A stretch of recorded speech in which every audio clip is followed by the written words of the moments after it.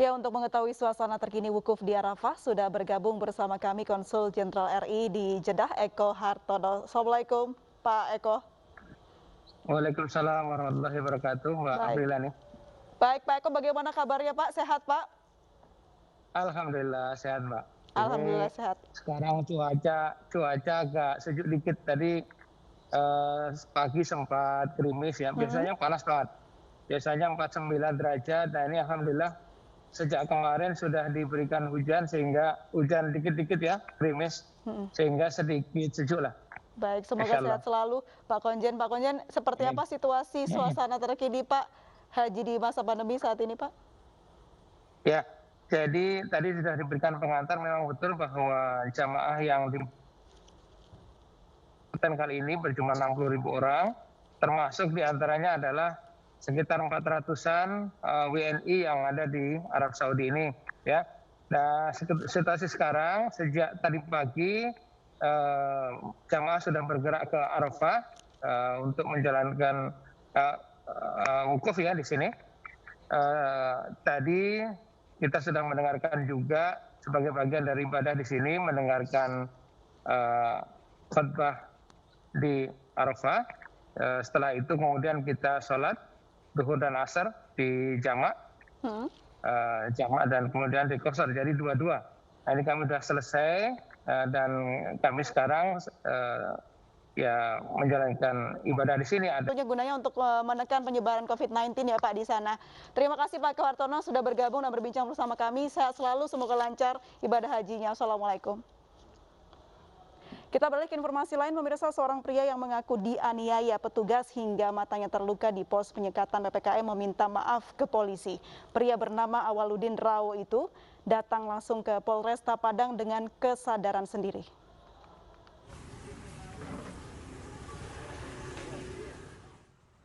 Seorang pria yang mengaku dianiaya petugas hingga matanya terluka di pos penyekatan PPKM darurat mendatangi Polresta Padang untuk memberikan klarifikasi dan menyampaikan permintaan maaf.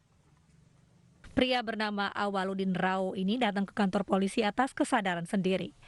Saya datang ke sini dengan kesadaran sendiri, peristiwa adanya viral video tentang diri saya. Kita tidak melihat ke belakang lagi, kita melihat betapa beratnya tugas dan yang sedang dilaksanakan oleh negara kita, terutama institusi kepolisian.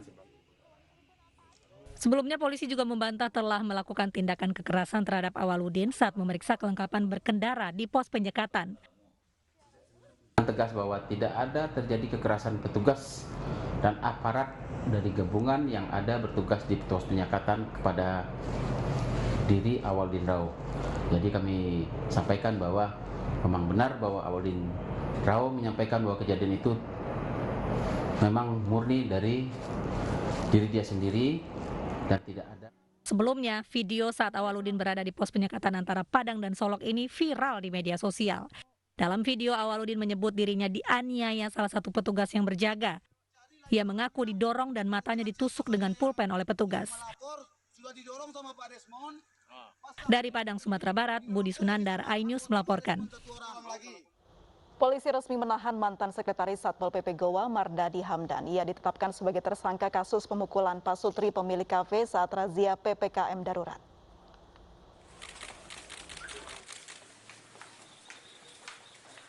Polisi resmi menahan mantan Sekretaris Satpol PP Goa, Mardani Hamdan.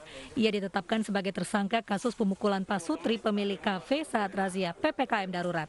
Polisi juga meminta masyarakat menghentikan perundungan terhadap Mardani Hamdan. Sebelumnya, Pak Sutri pemilik kafe diduga dianiaya oknum Satpol PP dalam razia PPKM di Goa, Sulawesi Selatan. Atas dugaan penganiayaan itu, pasangan suami istri ini melapor ke polisi.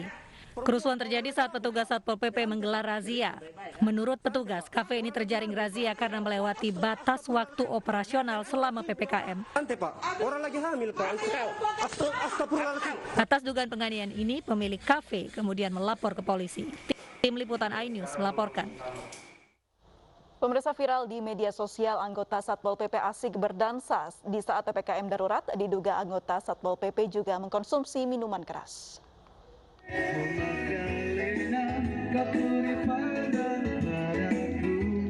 Video sejumlah anggota Satpol PP yang sedang bernyanyi dan berdansa beredar luas di media sosial. Hal ini mematik kemarahan publik, pasalnya mereka berpesta sambil mengkonsumsi miras dan mengabaikan protokol kesehatan. Padahal mereka tergabung dalam tim Satgas COVID-19 yang sehari-hari ikut mengimbau masyarakat untuk taat prokes. Video berdurasi 30 detik ini terjadi di kantor Satpol PP Kabupaten ND, Nusa Tenggara Timur, Kamis kemarin. Peristiwa ini sebagai bentuk spontanitas terhadap salah satu anggota yang sedang berulang tahun.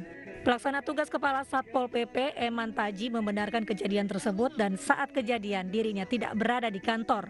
Hukuman pembinaan keras sudah diberikan, 4 orang mendekam dalam sel selama 14 hari, sementara 3 anggota lainnya dirumahkan. Dari ND, Nusa Tenggara Timur, Joni Nura, iNews melaporkan. Pemirsa, bangunan semi permanen yang berada di Tebet, Jakarta Selatan terbakar. Kebakaran diduga akibat korsleting listrik. Bangunan semi permanen yang berada di Jalan Manggarai Utara 5 Tebet, Jakarta Selatan terbakar sore tadi. Banyaknya bahan bangunan yang mudah terbakar ditambah adanya penjual bensin eceran membuat api dengan cepat membesar dan merambat ke bangunan lain. Tidak ada korban jiwa dalam kebakaran ini dan api mulai bisa dipadamkan setelah 14 mobil pemadam kebakaran dikerahkan ke lokasi. Ini adalah kita udah lakukan pemadaman. Situasi saat ini adalah tinggal pendinginan. Masih ada bara-bara sedikit di bawah yang tertutup dengan seng, ya.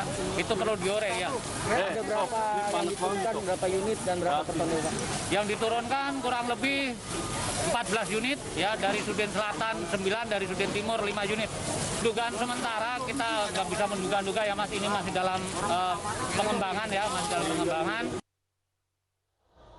Pemirsa, kebakaran di gedung BPOM di Jalan Percetakan Negara Jakarta dipastikan tidak mengganggu fungsi pelayanan. Dari hasil penyelidikan sementara, kebakaran disebabkan hubungan pendek arus listrik.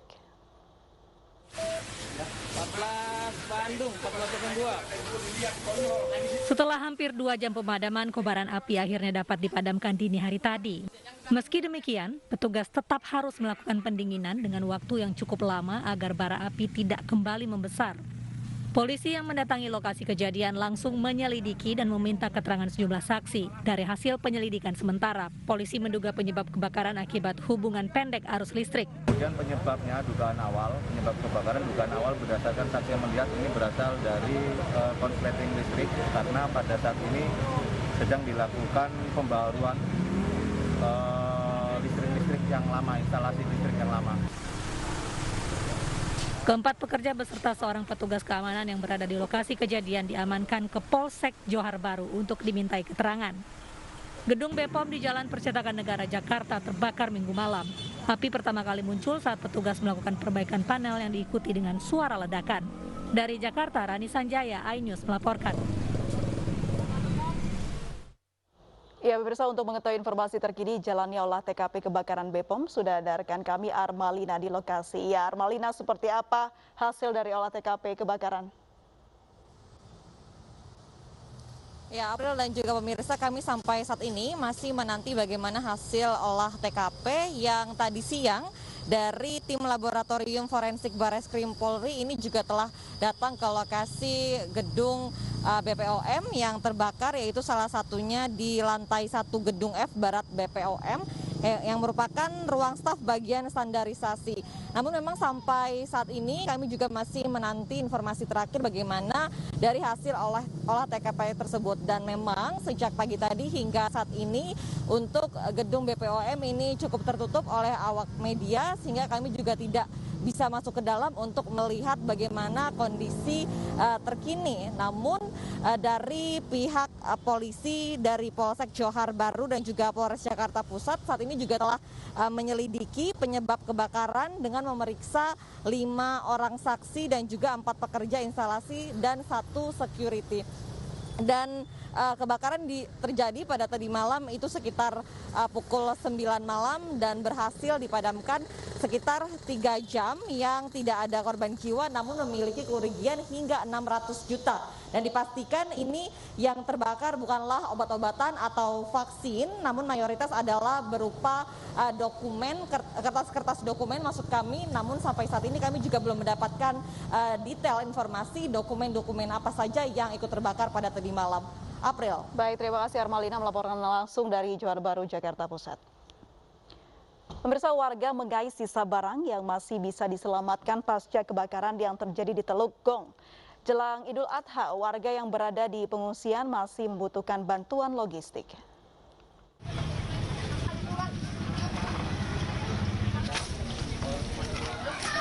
Sekitar 200 kepala keluarga masih bertahan di pengungsian karena rumah mereka hangus terbakar.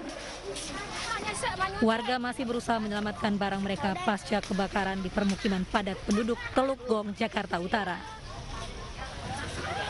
Warga mengungsi di 9 titik tempat pengungsian yang tersebar di sekitar lokasi kebakaran. Minimnya bantuan membuat para pengungsi masih membutuhkan logistik, baik dari segi makanan maupun pakaian. Astagfirullahaladzim, ya Allah, ini dari atas, ya Allah, Gusti Pangeran. Astagfirullah. Sebelumnya kebakaran melanda permukiman padat penduduk di Teluk Gong, Jakarta Utara Sabtu siang. Banyaknya material mudah terbakar membuat api menjalar dengan cepat. Dari Jakarta, tim liputan iNews melaporkan. Cepat sekali. Ya, pemirsa, RCTI Plus kembali mengadakan audisi online untuk pencarian bakat X Factor Indonesia. Program ini diharapkan bisa menjadi pintu gerbang kesukseskan para peserta dan penggerak ekonomi kreatif dalam industri musik.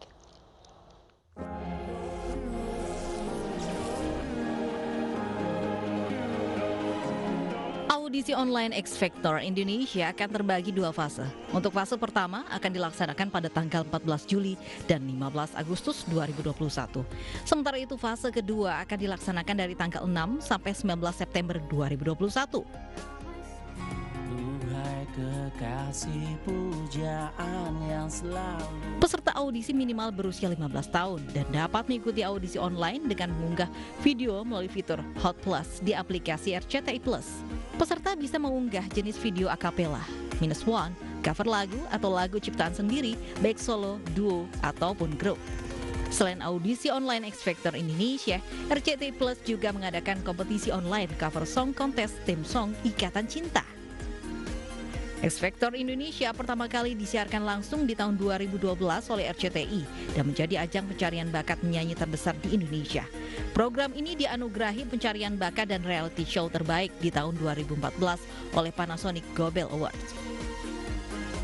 Selain itu, X Factor Indonesia juga melahirkan banyak bintang baru seperti Fatin Sidkia, JB dan Peti serta Mika Angelo. Tim liputan iNews melaporkan. 500 aparat gabungan amankan kawasan Jakarta Pusat dari gelaran malam takbiran sambut Idul Adha. Informasinya akan hadir sesaat lagi, tetap